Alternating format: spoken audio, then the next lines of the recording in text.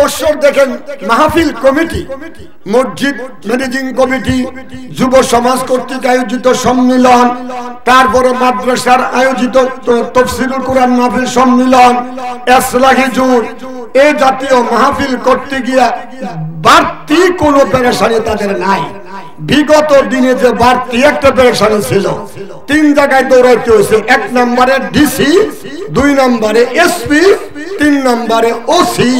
3 জায়গায় দৌড় ভাড়তে ভাড়তে managing committee শেষ।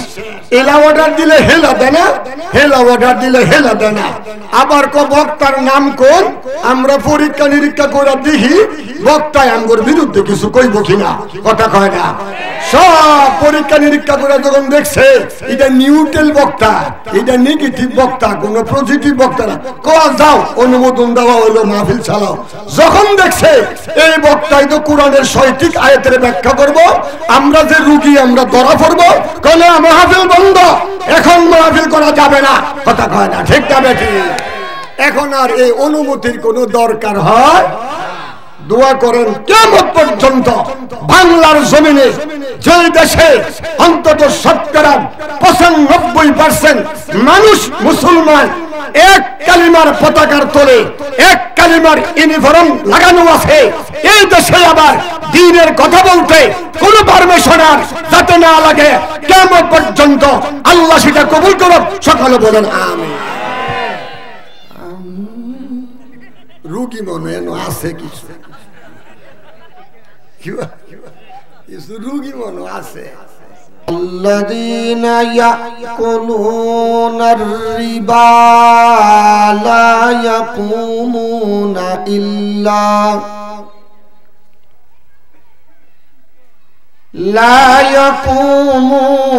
إلا كما يقوم الذي يتخبطه الشيطان من المس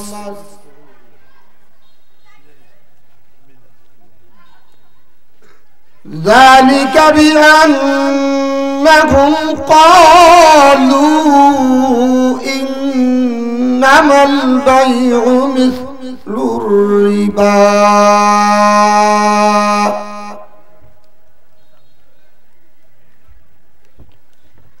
وأحل الله البيع وحرم الربا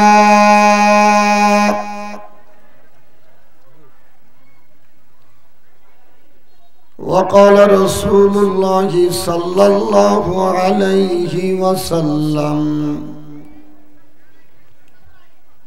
لا يدخل الجنة جسد غذي بالحرام أو كما قال النبي عليه الصلاة والسلام ولعن رسول الله صلى الله عليه وسلم آكل الربا وموكله وكاتبه وشاهديه أو كما قال النبي عليه الصلاة والسلام সকলে জোরে সোরে মোহাব্বতে দুরুদ ইব্রাহিম পড়েন। আল্লাহুম্মা সাল্লি আলা মুহাম্মাদিন ওয়া আলা আলি মুহাম্মাদ কামা সাল্লাইতা আলা ইব্রাহিম ওয়া আলা আলি ইব্রাহিম ইন্নাকা হামিদুম মাজিদ। اللهم بارك على محمد وعلى آل محمد كما باركت على إبراهيم وعلى آل إبراهيم إنك حميد مجيد بلغ الغلا بكماله কাশাফাদ দুজা বিজামালিহি হাসনাত জামিউ খিসালিহি সাল্লু আলাইহি ওয়া আলিহি। আলহামদুলিল্লাহ। পূর্ব কালারাইতা দক্ষিণ পাড়া যুব সমাজ ও এলাকাবাসীর যৌথ উদ্যোগে আয়োজিত আজকের মোবারক বার্ষিক ওয়াজ মাহফিলের সম্মানিত শ্রদ্ধাভাজন সভাপতি দিগার হযরত মুআজ্জাজ মুকাররম উলামায়ে কেরাম, শীতের রজনীতে উপস্থিত বিভিন্ন এলাকা থেকে দিন দরদি আমার ভাইয়েরা, পর্দায় অবস্থানরত অত্যন্ত ভদ্র মা ও বোনেরা, লাখো কোটি অসংখ্য অগণিত শকর ওই পরওয়ারে দিগার আলমের যিনি সারা জাহানের মালিক, যিনি আকাশের মালিক, জমিনের মালিক, জান্নাত জাহান্নামের মালিক, কুল কায়নাতের মালিক, আমাদেরও মালিক, যে মালিক দয়া করে মায়া করে মোহাব্বত করে ভালোবেসে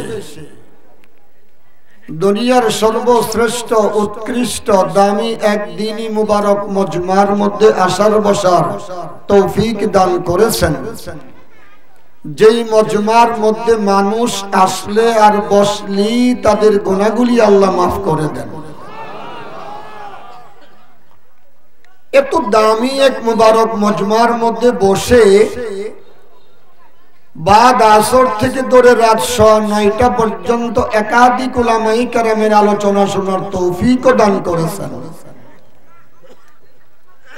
সর্বশেষ আমি অযোগ্য নালায়েক, যার মধ্যে ইলম নাই, আমল নাই, যোগ্যতাও নাই, দক্ষতাও নাই, সাহসিকতাও নাই, এমন এক ব্যক্তির সামনে আবার বসে থাকার তৌফিক দান করলেন।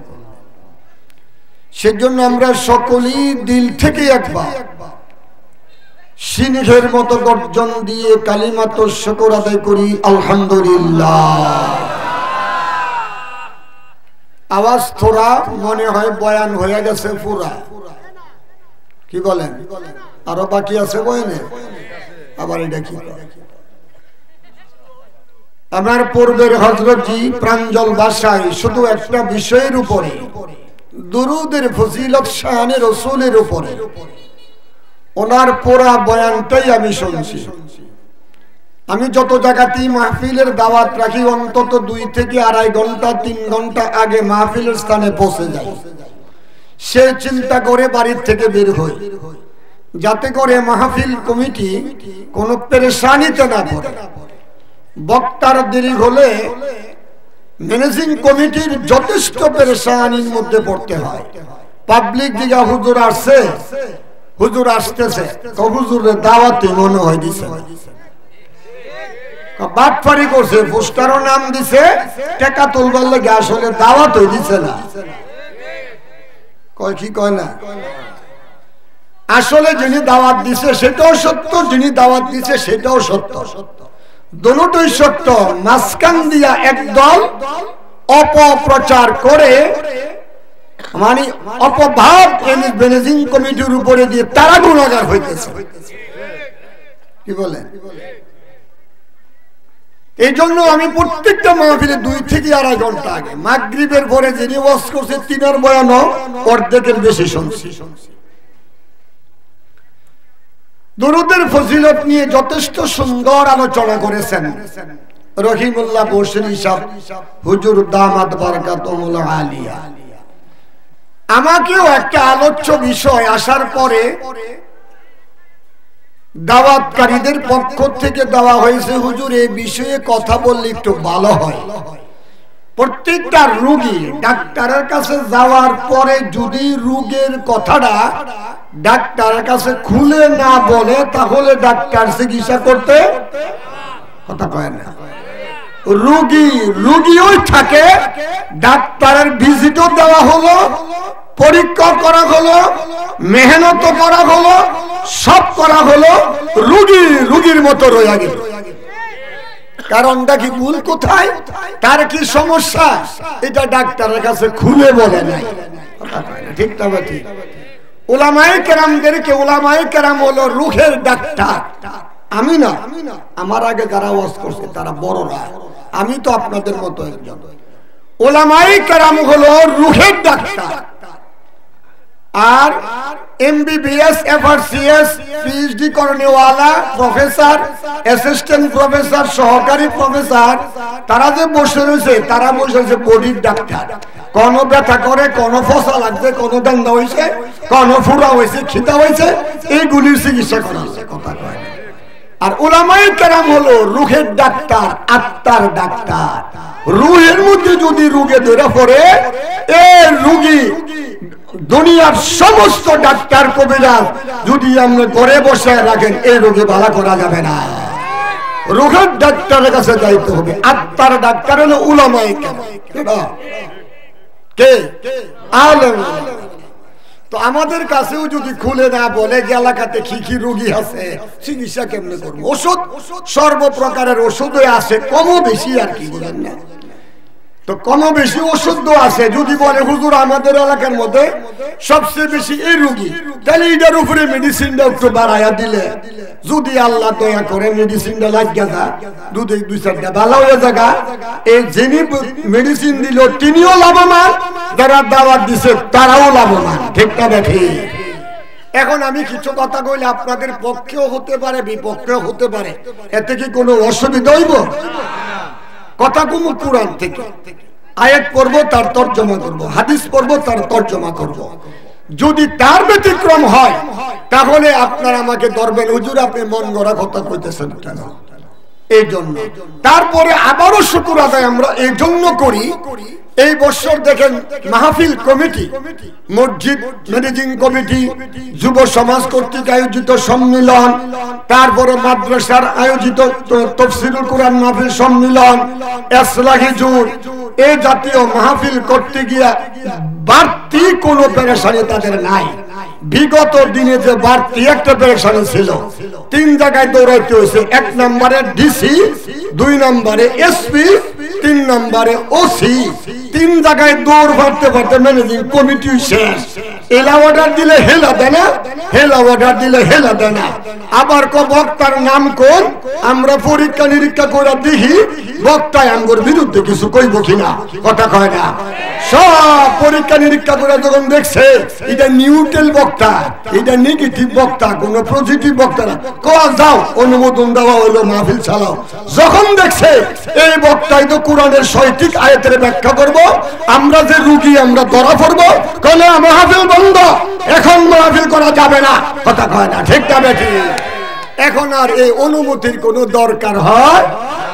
দোয়া করেন কিয়ামত পর্যন্ত বাংলার জমিনে যে দেশে অন্তত 95% মানুষ মুসলমান, এক কালিমার পতাকার তলে এক কালিমার ইউনিফর্ম লাগানো আছে, এই দেশে আবার দ্বীনের কথা বলতে কোনো পারমিশনার যাতে না লাগে, কিয়ামত পর্যন্ত আল্লাহ সেটা কবুল করুন। সকলে বলেন আমিন। রুগী মনে আছে কিছু রুগী মনে আছে। আসলে তো আমি কিন্তু আপনাদেরকে আরে কত জায়গার মাহফিল আম করে দাওয়াত দিয়া, মাহফিলের 4 দিন আগে হুজুর বহুত চেষ্টা করছি, জুতা ক্ষয় করেছি, অনুমতি হয় না, আল্লাহর রাস্তে মাফ করে দেন। এবারের মাহফিল স্থগিত। চিন্তা করছেন কোন দেশে আমরা বাস করছিলাম? আয-যুলমু যুলুমাতু ইয়াওমাল কিয়ামা। আল্লাহু আকবার। জালেমদের বিচার খালি দুনিয়াতে হইতো না, জালেমদের বিচার শুধু দুনিয়াতে হবে না, আখিরাতে তাদের পরিণাম ভয়াবহ হয়ে যাবে, ঠিক না বেটি? এটাই আমরা বিশ্বাসী।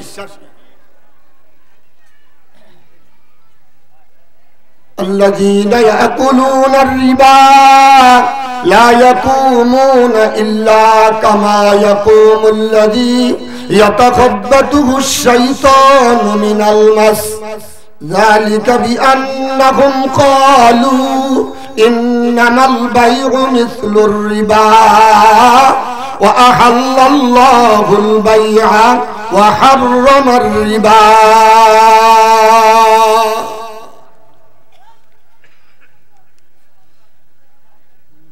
ও পূর্ব কালারাইটার যুবকের দল, আমার বয়সী, আমার উপরের বয়স,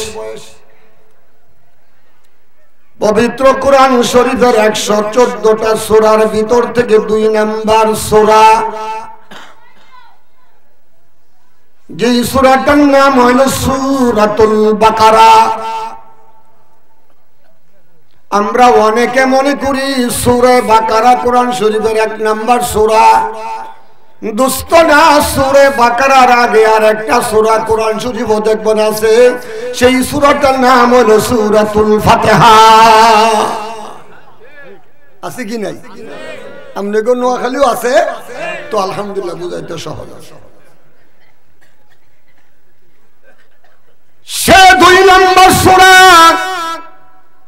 এই সূরাটা মদিনাতুল মুনাওয়ারায় অবতীর্ণ হয়েছে। কোরআন শরীফের 114টা সূরা বাবা 2টা ভাগে বিভক্ত। একটা ভাগ হলো মক্কায়, আর একটা ভাগ হলো মদিনায়।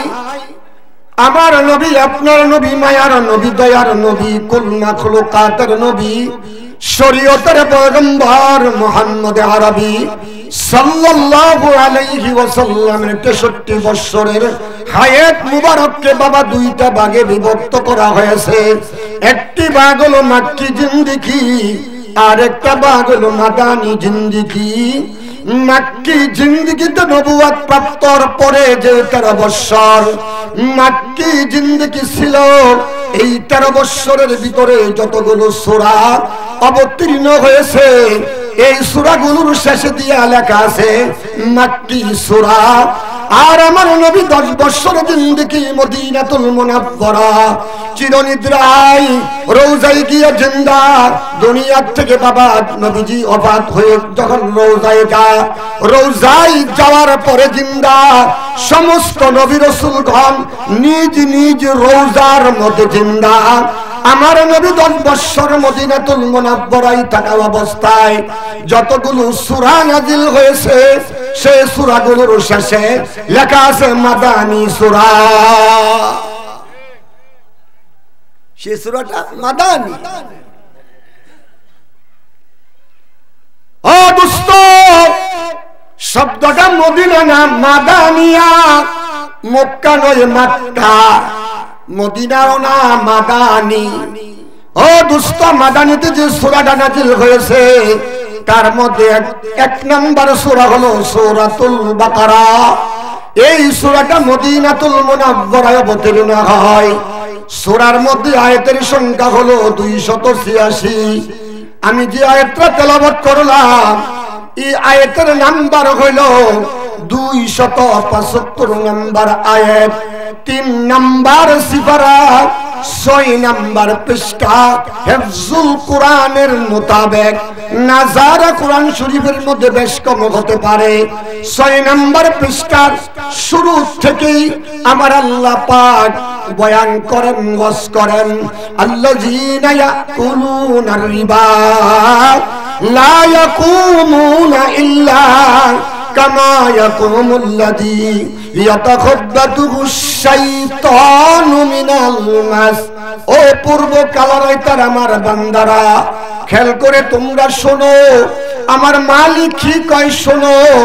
ও পূর্ব কালারাইতার বান্দারা, মালিক বলে, যারা দুনিয়ার জমিনে সুদের ব্যবসা করলা, যারা দুনিয়াতে সুদে টাকা লাগাও, যারা দুনিয়াতে সুদের টাকা গ্রহণ করো, যারা দুনিয়াতে সুদের সাথে সম্পৃক্ত, সুদের লেখক হও, সুদের জন্য সাক্ষী হও, কিয়ামতের ময়দানে তোমাদেরকে আমি আল্লাহ পাগল মাতাল বানাইয়া শয়তানে আসর করলে, জিনে কোনো মানুষকে আসর করলে ওই মানুষটা যেমন অসুস্থ হয়ে যায়, তার সুস্থ ব্রেনটা বাবা অসুস্থ হয়ে যায়, তার মস্তিষ্ক ঠিক থাকে না, সে মস্তিষ্ককে বিগড়ে ফেলে ওই মানুষের ঠিকভাবে কথা বলতে পারে না, বাবাকে চিনে না, মাকেও চিনে না, ভাইকেও চিনে না, মেম্বার চেয়ারম্যান কাউকে চিনে না, যা খুশি তাই করতে থাকে, মাতালের মতো হইয়া যা।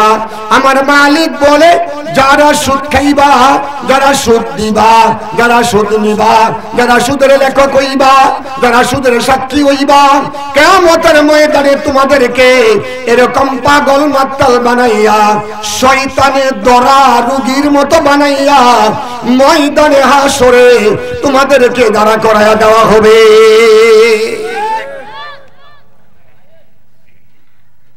নামাজ তো 5 ওয়াক্তই পড়ছি, মসজিদের সবার আগের কাতারে নামাজের অদ্ভুত করতেছি। আরে নামাজ কবুল হইতে হইলে কি লাগবো সেটা তো জানার লাগবো, কথা কয় না। শুধু নামাজে রস করে গেলাম না, রোজা রস করে গেলাম, সামনে রোজার মাস আইতেছে, হজের মৌসুম আইলে হজের রস করে গেলাম। হজ কবুল হওয়ার জন্য কি টাকা লাগবে? নামাজ কবুল হওয়ার জন্য খাদ্য কেমন হতে হবে, হালাল খাদ্য খাবে না হারাম খাবে সে বিষয়ে তো জানার দরকার আছে, কথা কয় না। সবার আগের কাতারে নামাজ পড়ে মসজিদ, দাঁড়িয়েও আলহামদুলিল্লাহ এই লম্বা। হজও করছে জীবনে 14 বার, টাকা আছে, ফুট 4টা ইতালি থাকে, আর টাকা পাঠাইতেছে প্রতি বছর হজে জায়গা, হজের টাই মন করে আটে। মাথার মাঝে কালা কাপড়ের একটা বিড়া লাগা, জুব্বা একটা মাটি দিয়া শেষরে আড়ে। কিও ভাই সাহেব আপনাকে দিয়ে দেখলাম না বেশ কয়েকদিন, কতটা জানাস না?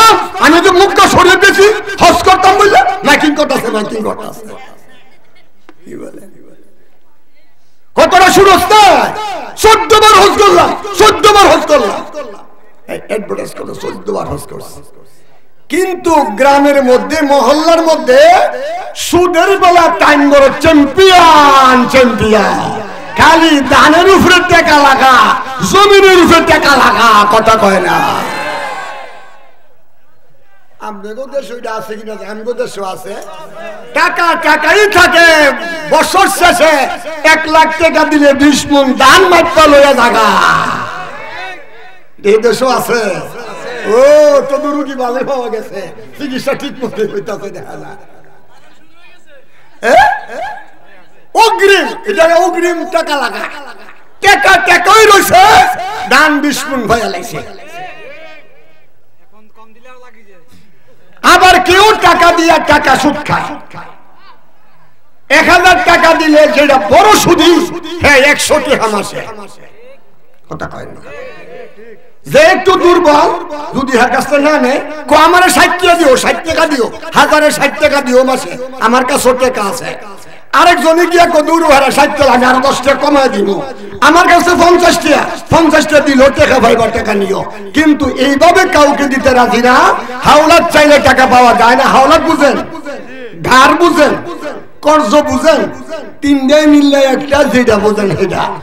ধার চাইলে টাকা পাওয়া যায় না, আর সুদ দিলে টাকার অভাব হয় না। সুদি যারা শুধু খুললা নামাজ দোয়ারের সামনে কাতার দাঁড়ায় পড়ে, কিয়ামতের ময়দানে বলবে, ও বান্দা হিসাব হজ 14 বার করছো, নামাজ ও সামনের কাতারে দাঁড়ায় পড়ছো, জাহান্নামে যাওগা, কই যাওগা, কই যাও, জাহান্নামে চলে যাও। আমার নবী, আপনার নবী, মায়ার নবী, দয়ার নবী, কুল মাখলুকাতের নবী, শরীয়তের পয়গম্বর মুহাম্মদ আরবী সাল্লাল্লাহু আলাইহি ওয়াসাল্লাম বলে, ক্বালান নবী সাল্লাল্লাহু আলাইহি ওয়াসাল্লাম, লা ইয়াদখুলুল জান্নাতা জাসাদুন গুযিয়া বিল হারাম। যে ব্যক্তির শরীরের মধ্যে 1 ফোঁটা অপবিত্র রক্ত থাকবে, যার শরীরের মধ্যে 1 টুকরা গোশত অপবিত্র খাবারের দ্বারা তৈরি হবে আর থাকবে, ওই লোক আল্লাহর জান্নাতে প্রবেশ করতে পারবে না।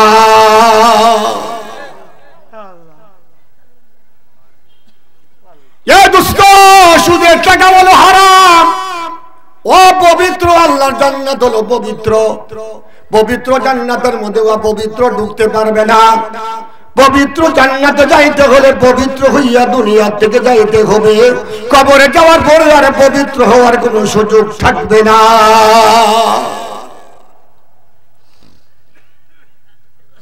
ও যুবকের দল, খেয়াল করে শোনো, বয়ান বেশি লম্বার দরকার নাই। একটা কথার উপরে যদি আমল করো রে যুবক, বাবার বয়সী একটা কথার উপরে যদি আমল করেন যথেষ্ট। এই এলাকার মানুষ যদি সুদ মুক্ত হয়, জীবনে আর কোন ওলামায়ে কেরাম সুদের ওয়াজ করতে হবে না। ম্যানেজিং কমিটি বলে দিবে এই এলাকার মানুষ কখনো সুদ খায় না, তারা সুদ ছেড়ে দিয়েছে হুজুর, এই বিষয়ে বয়ান করার কোনো দরকার নাই। এলাকার প্রত্যেকটা মানুষ যদি পাক্কা নামাজি হয়ে যায়, ম্যানেজিং কমিটি বলে দিবে নামাজের বয়ানের দরকার নাই। প্রত্যেকটা বালেক পুরুষ মসজিদের মধ্যে এসে জামাতে নামাজ পড়ে, আমাদের মহল্লায় বেনামাজি নাই। প্রত্যেকটা নারী যদি বাবা পর্দার ভিতরে চলে যায়, পর্দার বয়ান আর করতে হবে না। প্রত্যেকটা মানুষ যদি দাড়িওয়ালা হয়ে যায়, দাড়ির বয়ান করতে হবে না। প্রত্যেকটা মানুষ যদি নবীর সুন্নাত ওয়ালা হয়ে যায়, আর জীবনে সুন্নতের বয়ান করতে হবে না। দোস্ত, বেনামাজি থাকবে যতদিন, ওই জমিনে বয়ান করতে হবে ততদিন। নবী আমার বলে, সুদে তুমি 1000 টাকা দিয়া মাত্র এক মাসে 60 টাকা পাইলা। কয় টাকা? 60 টাকা পাইলা, জাহান্নামী হইলা। ওরে যুবক, ও বাবারা, নবী আমার বলে, যদি কোনো ব্যক্তি একজন মুসলমান আরেকজন মুসলমানকে 1000 টাকা ধার দেয়, আয়েশা বলে, ভাইজান আমি বড় বিপদে, আমার মেয়ে আসছে বাড়িতে, আমার মেয়ের জামাতা আসছে বাড়িতে, আমার ঘরে টাকা নাই, 1000 টাকা যদি আপনি আমাকে 1 মাসের জন্য ধার দেন, আমি 1 মাস পরে আপনাকে দিয়ে দিব ফিরে। দয়া করে 1000 টাকা ধার দিলে বলা হয়, আপনি তাকে 1000 টাকা ধার দেওয়ার বিনিময়ে আখরি পয়গম্বর বলে, আমার আল্লাহ ওই দিন থেকে প্রতিদিন 1000 টাকা আল্লাহর রাস্তায় সদকা করে দিলে যে সওয়াব হয়, ওই নেকিটা তার আমলনামার মধ্যে জমা হতে থাকবে। 30 দিনে 30,000 টাকা আল্লাহর রাস্তায় সদকা করে দিলে যে সওয়াব হয়, সেই পরিমাণ নেকি তার আমলনামার মধ্যে জমা হয়ে যাবে।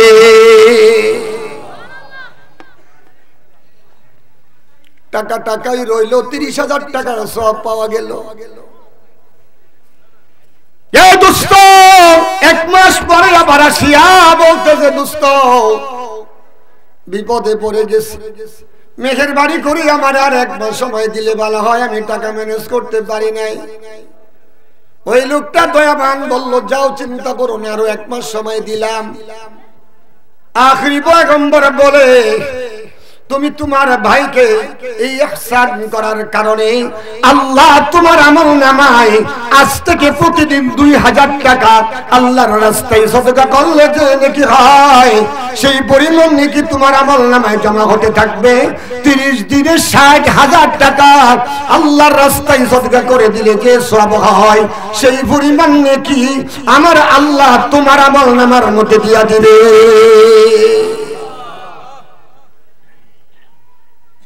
2 মাসে কত হইল? 90,000। কত? 90,000 পাইলো। কোথায় পাইলো? আখেরাতে পাবে, যেখানে গিয়ে বাবা কোন নেকি দেওয়ার লোক থাকবে না। ওরে বাবা, জাহান্নামের আগুন যখন দাও দাও করে চলবে। আমার নবী, আপনার নবী, মায়ার নবী বলে, ওই 2 মাস পরে যদি লোকটা আবার আইসা বলে, দোস্ত আমি আরো বিপদে পড়ে গেছি, আর 1 মাস সময় আমারে বাড়ায় দিলে ভালো হয়। লোকটা বলল, যাও আমি তোমার আরো 1 মাস সময় দিলাম। আখরি নবী বলে, ওই দিন থেকে প্রতিদিন 3000 টাকা আল্লাহর রাস্তায় সদকা করলে যে সওয়াব হয়, সেই পরিমাণ সওয়াব তোমার আমলনামায় জমা হবে। 30 দিনে 90,000 টাকা আল্লাহর রাস্তায় সদকা করে দিলে যে সওয়াব হতো, সেই পরিমাণ নেকির মালিক তুমি হয়ে যাইবা। 1000 টাকা 3 মাস ধার দিলেন, আপনার আমলনামায় 1,80,000 টাকার নেকি জমা হয়ে গেল। নবী আমার বলে, এমন কঠিন ভয়াবহ হাসর মাঠ বাবা কায়েম হয়ে যাবে, যেদিন বন্ধু বন্ধু বলে পরিচয় দিবে না, মা তার সন্তানকে পরিচয় দিবে না, ও বাবা দুস্থ নেতা তার কর্মীর পরিচয় দিবে না, নেতা তার কর্মীর পরিচয় দিবে না, নেত্রীও তার দলের পরিচয় দিবে না। এখন যদিও বলে ওরে বাবা, এখন যদিও মানুষ মিছিল করে ব্যক্তির সে দল বড়, ওরে বাবা ব্যক্তির সে দল বড়, দলের সে নেতা বড়, এই জাতীয় মিছিল দিতাছ, কিয়ামতের ময়দানে হে নেতা তোমার পরিচয় দিবে না।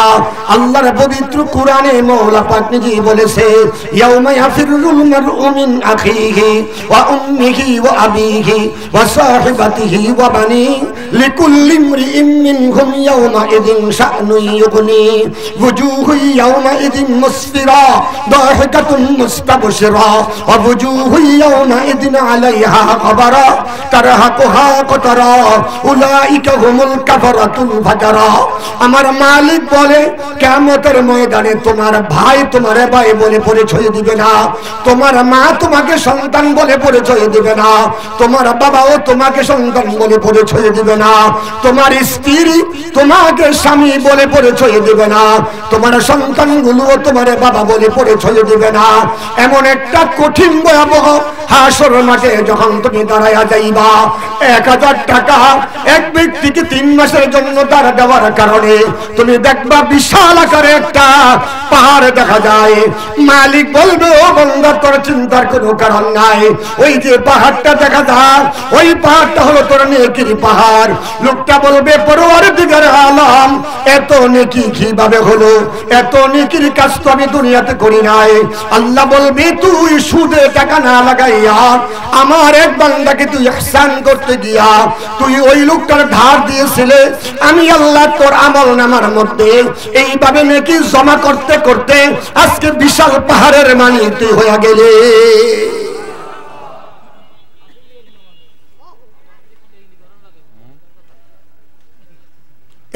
যুবকের দল, বাবারা মায়ের দলেরা, যারা সুদি ব্যবসা করেন বাবা নামাজ পড়েন আলহামদুলিল্লাহ ভালো,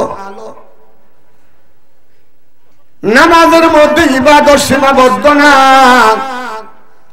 রমজান মাস আসলে রোজা রাখেন ভালো, কিন্তু রমজানের রোজার মধ্যে ইবাদত সীমাবদ্ধ না।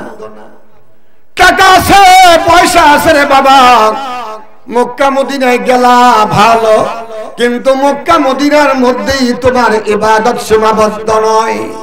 টাকা আছে তুমি যাকাত দাও, মানুষকে দান করো, মসজিদ নির্মাণ করো ভালো, কিন্তু এইগুলোর মধ্যে ইবাদত সীমাবদ্ধ না।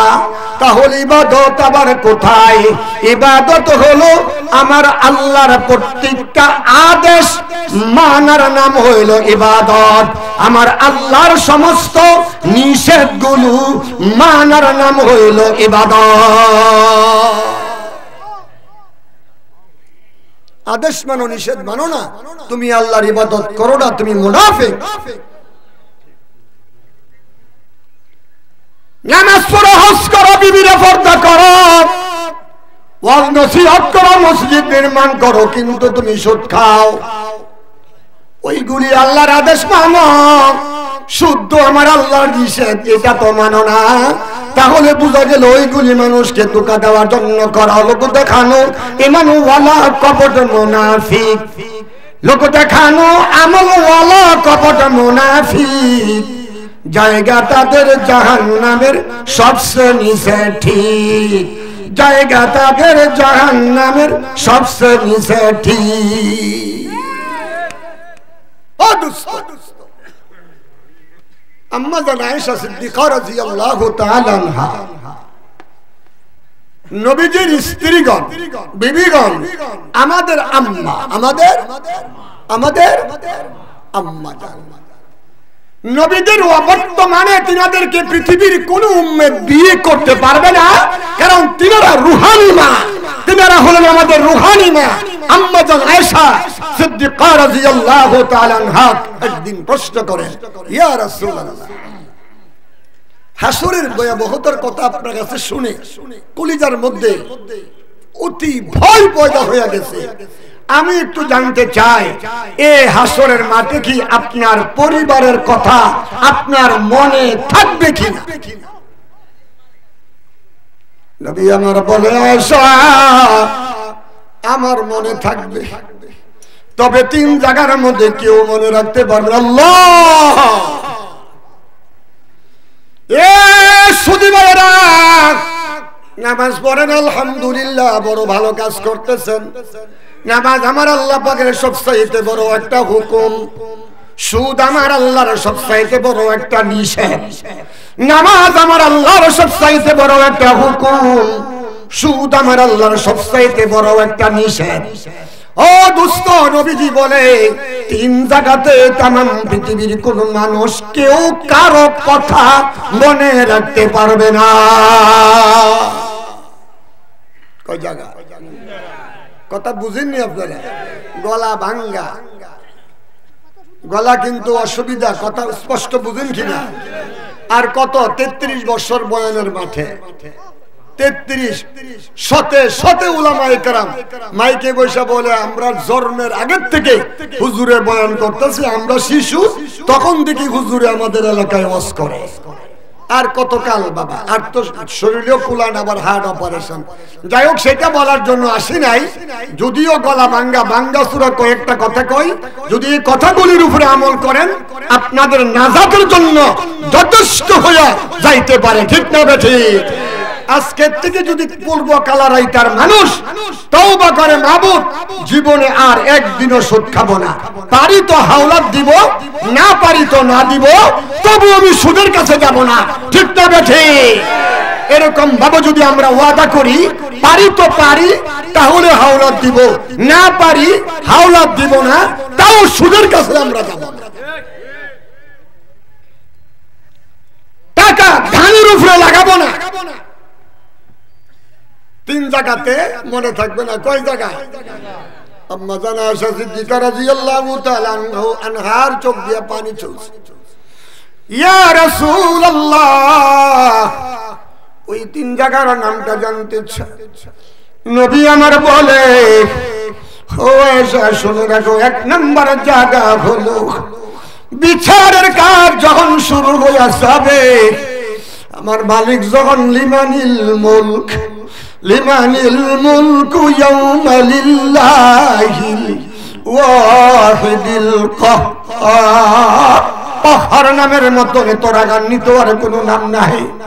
যে মালিকের নাম হইল বাবা রহমান, যে মালিকের নাম হইল বাবা রহিম, যে মালিকের নাম হইল বাবা রাজ্জাক, যে মালিকের নাম হইল গফফার, ওই মালিক এই নামটা দুনিয়াতে বাবা উচ্চারণ করা হবে না। ওই নামটা হবে একমাত্র বিচারের আগ মুহূর্তে। লিমানিল মুলক ইয়াউমা লিল্লাহিল ওয়াহিদিল কাহ্হার, আমার মালিক যখন কাহ্হার নাম ধারণ করিয়া বিচারের কাজ শুরু হয়ে যাবে, তামাম পৃথিবীর মানুষগুলো পাগলের মতন অস্থির হয়ে যাবে। তামাম পৃথিবীর মানুষগুলো নিজের আমলের দিকে চিন্তায় পড়ে যাবে।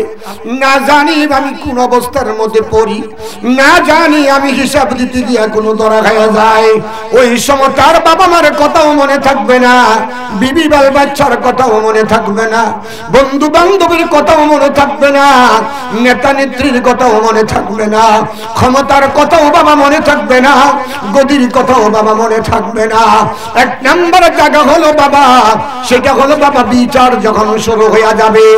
2 নম্বর জায়গা আম্মা জানা আয়েশা সিদ্দিকা রাদিয়াল্লাহু তাআলা আনহা জিজ্ঞাসা করে, ইয়া রাসূলুল্লাহ 2 নম্বর স্থানটা কোথায়? আমার নবী বলে 2 নম্বর স্থানটা হলো যখন হিসাব শেষ হয়ে যাবে, আমার মালিক যখন পরীক্ষার পরে রেজাল্ট আউট করে দিবে, আমল নামা যখন হাতের মধ্যে বুঝাইয়া দিবে, আমল নামা যখন হাতে বুঝাইয়া দেওয়ার সময় হবে, মানুষগুলো এত ব্যস্ত হয়ে যাবে, এত অস্থির হয়ে যাবে, না জানি কার আমল নামা ডান হাতে আসে, না জানি কার আমল নামা বাম হাতে আসে। এসএসসি পরীক্ষা দিয়েছে বাবা ছেলে আর মেয়ে, এসএসসি পরীক্ষা দিয়েছে ছেলে আর মেয়ে, ডিগ্রি পরীক্ষা দিয়েছে ছেলে আর মেয়ে।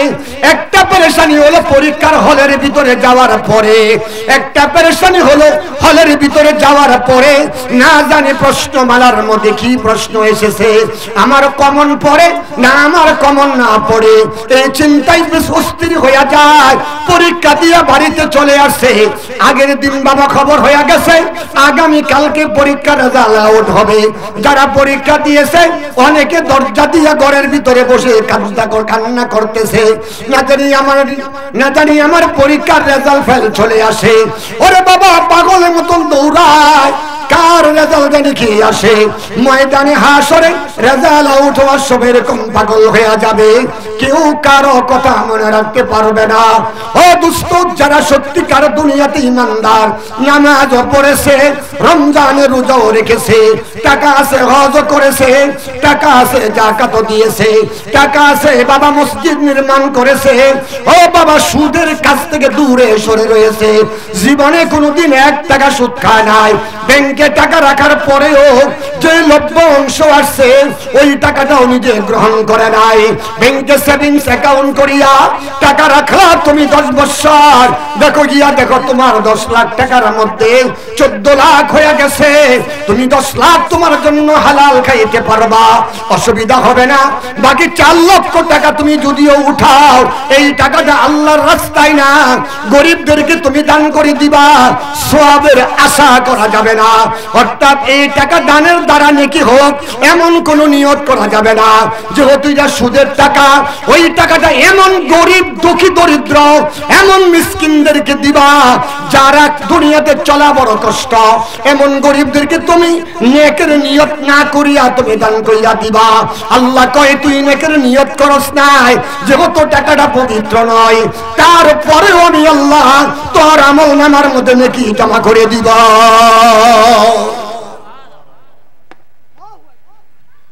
দুইটা গেল, কয়টা জায়গা গেছে?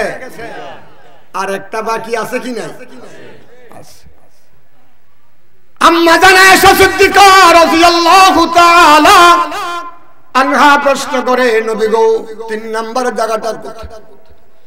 নবী আমার বলে 3 নাম্বার জায়গা হলো ফুলসিরাতের গোড়া। আল্লাহ, যে রাস্তা 10,000 বছর পর্যন্ত উপরের দিকে উঠতে হবে, 10,000 বছর পর্যন্ত সোজা চলতে হবে, 10,000 বছর পর্যন্ত নিচে নামতে হবে, মোট মিলাইয়া 30,000 বছরের ফুলসিরাতের রাস্তা। ওই রাস্তার প্রশস্ত কত হবে? দৈর্ঘ্য হলো 30,000 বছর, প্রশস্ত কত হবে? 6 ফিট হবে না 8 ফিট হবে না 13 ফিট হবে না 20 ফিট না 30 ফিট হবে? ও দুস্থ, নবীজির হাদিসের মধ্যে প্রমাণ হয় ওই রাস্তার প্রশস্ত হবে মাথার চুল থেকেও চিকন।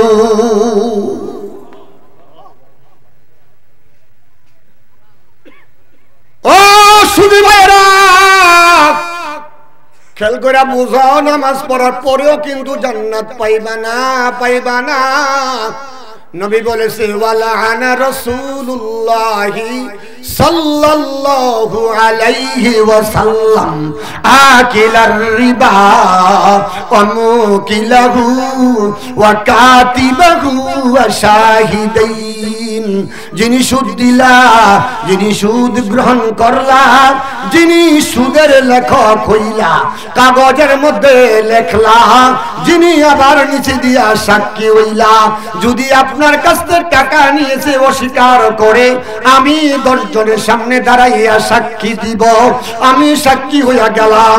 আমার নবী বলে কিয়ামতের ময়দানে এই 4 দলের উপরে আমার নবীর লানত, আমার নবীর অভিশাপ, আমার নবী যাদেরকে বাবা লানত করেছে, আমার নবী যাদেরকে অভিশাপ দিয়েছে, ওই লোক জান্নাতে যাবে তো দূরের কথা, জান্নাতের গন্ধ পাবে না।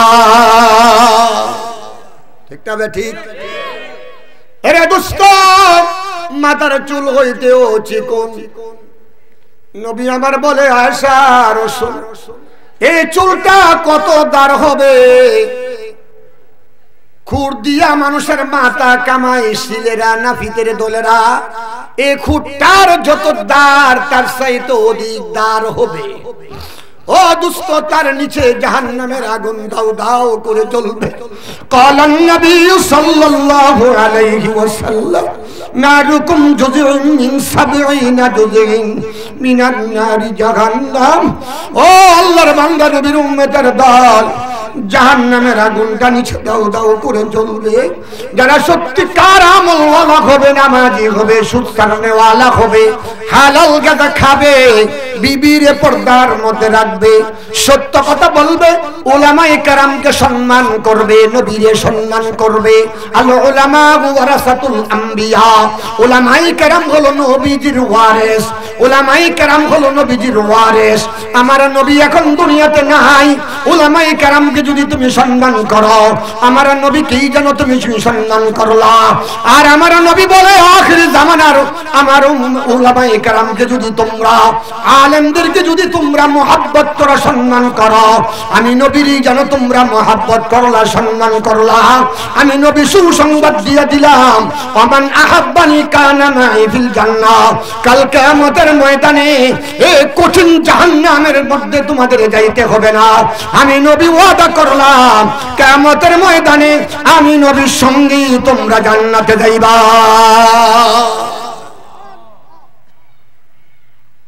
এখন তো আলেম ওলামারা দেখলে খালি ঠাট্টা। আসরের নামাজ ইমাম সাহেবের পিছনে পড়ছে, চা দোয়ানো গিয়া বইয়া বইয়া কয়, হে কোন ইমাম হইলো, হে কোন ইমাম, আমি যদি সভাপতি হইতাম কবে হেরে এনতে বিদায় করে দিতাম। কত নম্বরের মুনাফিক দেখেন, কত নম্বরের মুনাফিক। ইমাম সাহেবের পিছনে নামাজ পড়ে গিয়া ইমাম সাহেবের বিরুদ্ধে ষড়যন্ত্র করে। হেরসে বড় মুনাফিক আর কে হতে পারে? যত কুৎসা, অপবাদ, অবাস্তব কথা উলামায়ে কেরামের পিছনে গিয়ে কয়, মসজিদের ইমাম সাহেবের বিরুদ্ধে কওয়ার চেষ্টা করে, একদল শয়তানের দল, ঠিক না বেটে? সুদের বয়ান করলে সুদীরা লাগে ইমাম সাহেবের পিছনে। ইমাম সাহেবের বেতন দেই আমরা, আমগুর বিরুদ্ধে আওয়াজ করছে, হে রে ইমুন ফসানু ফসামু সমাজে, হে যাতে একজন ইজ্জত লয়ে যাইতো না পারে। কি বলে? সুদের ওয়াজ ইমাম সাহেব করতে পারে না। নামাজের ওয়াজ করলে বেনামাজিরা কয়, আমরার বিরুদ্ধে আওয়াজ করে আমরা বেতন দিয়ে রাখছি, এই ইমাম চলতো না, রে বিদায় করতেই হবে।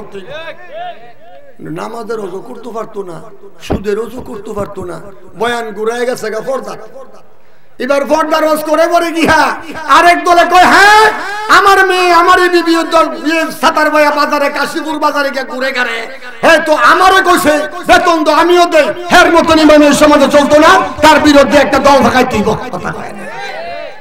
ইমাম সাহেব ওয়াজ করতো কোন দিক দিয়ে? কোন ওয়াজও করতে পারে না, রোগীও বলা হয় না, ঠিক না বেঠি? নবী আমার বলে, যারা সত্যিকার নামাজি হইবা, হালাল গাদা খাইবা, বিবিরে পর্দা করবা, সত্য কথা বলবা, আলেম ওলামাদেরকে সম্মান করবা, আমার নবী বলে ওয়ায়ুতিহিল্লাহু বিয়ামিনিহি ওয়া আমরু আলাস সিরাতি কাল বারকুন ওয়া ইউদখিলুহুল জান্নাতা বিগাইরি হিসাব। আমার নবী বলে, যখন কিয়ামতের ময়দানে হিসাব শুরু হয়ে যাবে, হিসাব শেষ হওয়ার পরে আমার আল্লাহ পাক তোমাকে আমলনামাটা তোমার ডান হাতের মধ্যে দান করিয়া দিবে। তুমি ডাইনে হাতে আমলনামা পাইবা, ডাইনে হাতে আমলনামা পাওয়া মানে জান্নাতি হয়ে যাওয়া। ওই কাল বারকুন শব্দ দিয়া বুঝায় এই যে ৩০,০০০ বছরের ফুলসিরাতের রাস্তা, নিচে হলো জাহান্নাম।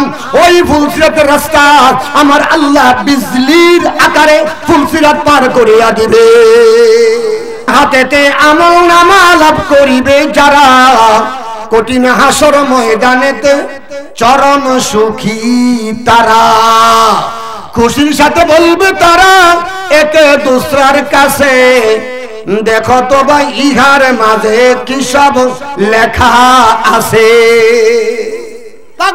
বন্ধু দেখো আমার আল্লাহ ওয়াদা করছে আমি সুদ না খাইলে হালাল গাঁজা খাইলে পাঁচ ওয়াক্ত নামাজ পড়লে বিবিরে পর্দায় রাখলে আল উলামায়ে কেরাম ইমাম সাহেব হুজুরের শ্রদ্ধা করলে আল্লাহ আমারে জান্নাত দিব 10 দুনিয়ার সমান একটা জান্নাত আল্লাহ আমারে দিব আল্লাহর ওয়াদা আজকে আমার হাতে আমলনামা দিয়ে পুরা করছে গান সুবহান আল্লাহ দেখেন আমার আমলনামা কি লেখা দিছে 10 দুনিয়ার সমান এক জান্নাতের মালিক আমারে বানাইয়া দিছে আল্লাহ আল্লাহ আল্লাহ আপনারা কি চান না 10 দুনিয়ার সমান একটা জান্নাতের মালিক হতে কে কে চান একটু হাত তুলে দেখায় নারায়ে তাকবীর নারায়ে তাকবীর নারায়ে তাকবীর আমিন হাত নামান মাশাআল্লাহ আপনারা সবাই ইনশাআল্লাহ এই জান্নাতে যাইতে রাজি আছেন তো ইনশাআল্লাহ জাহান্নামে যারা মানবে না নামাজ পড়ে সুদ খায় বিবিরে বেপরদায় চালায়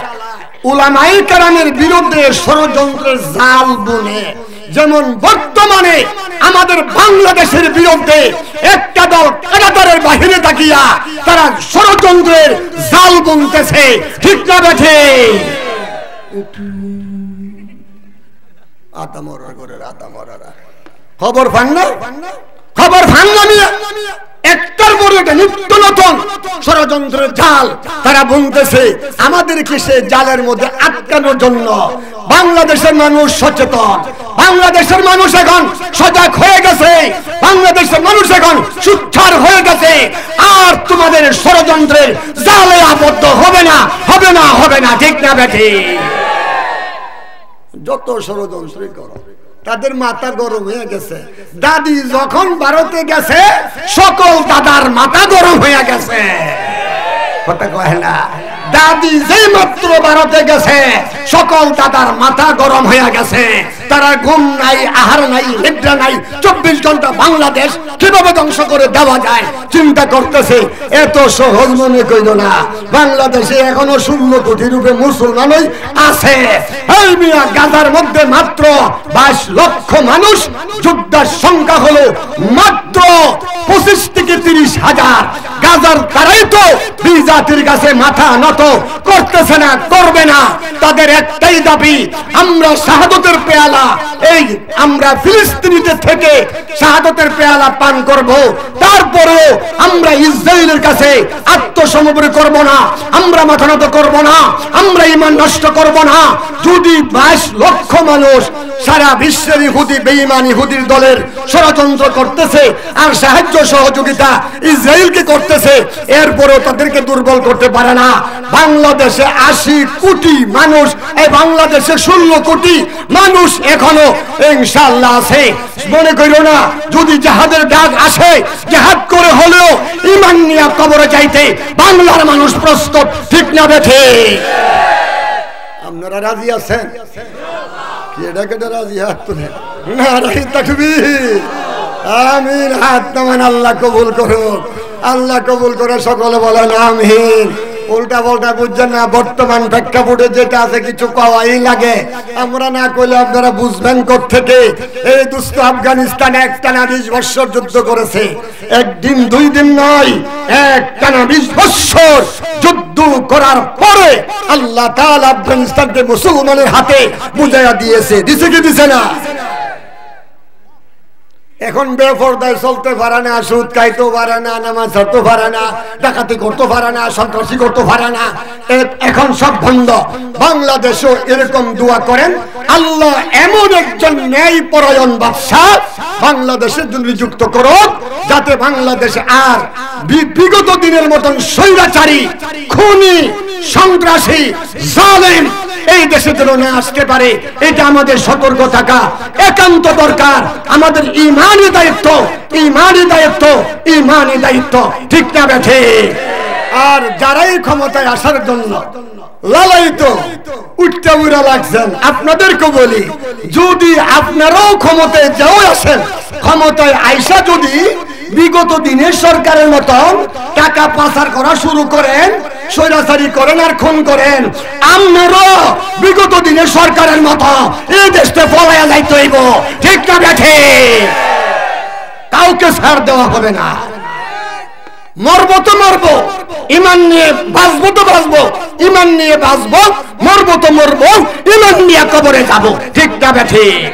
আল্লাহ আপনাদেরকে কবুল করে আমরা কখনো ঘুষ খাবো না, সুদ খাবো না, নামাজ ছাড়বো না, বিবিরে বেপরদায় ছাড়বো না, পরের গীবত শিকায়েত করবো না, পরের গীবত শিকায়েত করবো না, কখনোই আমরা উলামায়ে কেরামের বিরুদ্ধে আর ষড়যন্ত্রের জাল বুনবো না। আল্লাহ আমাদের সবাইকে কবুল করে সকলে বলেন আমিন, সকলে বলেন আমিন। এখন দোয়া হবে দোস্ত। লম্বা চোরা সময় বয়ান করলাম, 1 ঘন্টা ঘড়ি ধরে বয়ান করছি। 1 ঘন্টা বয়ানের ভিতরে যে বিষয়বস্তু নিয়ে আলোচনা করছি, এই কঠিন জাহান্নাম থেকে বাঁচার জন্য, জাহান্নাম থেকে বাঁচার জন্য 1 নাম্বার শর্ত হালাল গাঁজা খাওয়া। ইবাদত কবুল হওয়ার জন্য 1 নাম্বার শর্ত হলো হালাল গাঁজা খাওয়া। 1 নাম্বার শর্ত হলো হালাল গাঁজা খাওয়া। নিজের বিবিকে পর্দায় রাখা, হালাল পোশাক, পবিত্র পোশাক পরিধান করা। আপনার জামার মধ্যে যেমন এক সাইডে দিয়ে একটু মলমূত্র লেগে আছে, এই জামা গায়ে দিয়ে নামাজ পড়লে নামাজ হয় না। সুদের টাকা খাইয়া শরীরে গুস্ত রক্ত তৈয়ার করলে এই শরীর আল্লাহর পবিত্র জান্নাতে যায় না। আল্লাহ তাআলা আমাদের সবাইকে কবুল করে। আমরা সবাই রাজি আছি তো ইনশাআল্লাহ? সুদ খাবো না তো? সুদ খাবো না তো? সুদ কার নিষেধ? সুদ কার নিষেধ? নামাজ কার আদেশ? নামাজ কার আদেশ? নামাজ পড়া ইবাদত, সুদ ছেড়ে দেওয়া ইবাদত, মিথ্যা কথা ছেড়ে দেওয়া ইবাদত, গীবত শিকায়াত ছেড়ে দেওয়া ইবাদত, নিজের বিবিরে পর্দা করা ইবাদত, হালাল রুজি করা ইবাদত, উলামায়ে কেরামকে সম্মান করা ইবাদত, মুরব্বিদেরকে সম্মান করা ইবাদত, আপনি মিথ্যা কথা ছেড়ে দেওয়া ইবাদত, বাবা বড়ি, ইয়াবা বড়ি, ফেন্সিডিল, ডাল, গাঁজা, মদ এগুলি ছেড়ে দেওয়া ইবাদত, ইবাদত, মাজার পূজা ছেড়ে দেওয়া ইবাদত, ইবাদত। আল্লাহ আমাদের সবাইকে কবুল করে সকলে বলি আমিন। আমা আলাইনা ইল্লাল বালাগ।